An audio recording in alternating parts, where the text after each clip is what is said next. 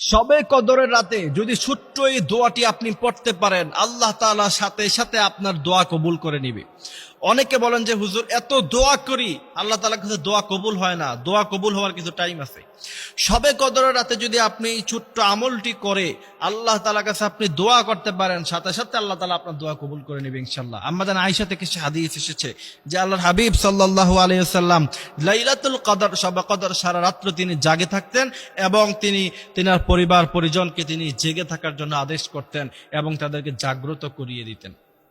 এই জন্য আল্লাহর হাবিব সাল্লাল্লাহু আলাইহি সাল্লাম বলছেন, একটি মাত্র শবে কদরের রাত সেটা 1000 বছরের চাইতে উত্তম। আল্লাহ বলেন, ইন্না আনজালনাহু ফি লাইলাতিল কদরি, লাইলাতুল কদরি খায়রুম মিন আলফি শাহর। একটি শবে কদরের রাত যদি কেউ পেয়ে যায় তাহলে 1000 মাস 1000 বছর ইবাদত করলে যেই পরিমাণ সওয়াব, এর চাইতে বেশি সওয়াব আল্লাহ সুবহানাহু ওয়া তাআলা তার আমলনামায় দিয়ে দিবে। এখন আমরা শুধু খালি শবে কদর তালাশ করি শুধুমাত্র 27 রমাদানে, এটা ভুল। আল্লাহর হাবিব বলছেন যে তোমরা বেজোর 5টি রাত্রতেই শবে কদরকে তোমরা তালাশ করো। শবে কদর পাওয়ার কিছু সিমটম আছে, যেমন ওই দিন গরম কম থাকবে, আকাশের মধ্যে ঠান্ডা হাওয়া বাতাস বইতে থাকবে, শীতল ভাব মুমিনেরা অনুভব করবে।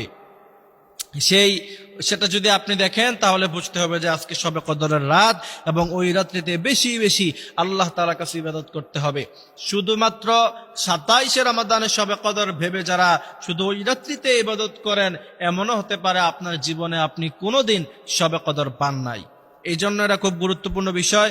শবে কদর শুধু 27 রমাদানে নয়, শবে কদর এটাকে তালাশ করতে হবে বেজোর প্রতিটি রাত্রে।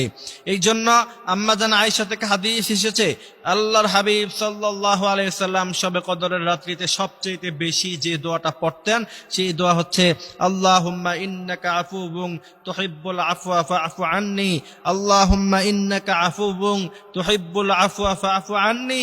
এই দোয়াটা আপনি নিজে পড়বেন, অন্যদেরকে পড়ার জন্য বলবেন। এই দোয়া পড়ার পরে আল্লাহ তাআলা সমস্ত গুনাহ ক্ষমা করে দেয়। এরপর আপনি যেই কোনো দোয়া করবেন আল্লাহ তাআলা সেটা সাথে সাথে কবুল করবে। আল্লাহর হাবিব বলছেন, বনি আদমের সমস্ত দোয়াই আল্লাহ তাআলা কবুল আর মঞ্জুর করে নেয়, কিন্তু কিছু কিছু দোয়ার প্রতিফলন আল্লাহ তাআলা দুনিয়ায় দেয়, কিছু কিছু দোয়ার প্রতিফলন আল্লাহ তাআলা এর ফল আখিরাতের জন্য রেখে দেয়। কিয়ামতের মাঠে আল্লাহ তাআলা অসংখ্য বনি আদমকে ডেকে আল্লাহ তাআলা বলবেন, যাও তুমি জান্নাতের মালিক, তোমাকে জান্নাত দিয়ে দিলাম। বনি আদম তখন বলবে, আল্লাহ এত আমল তো করি নাই, কি করে আপনি আমাদেরকে জান্নাত দিলেন?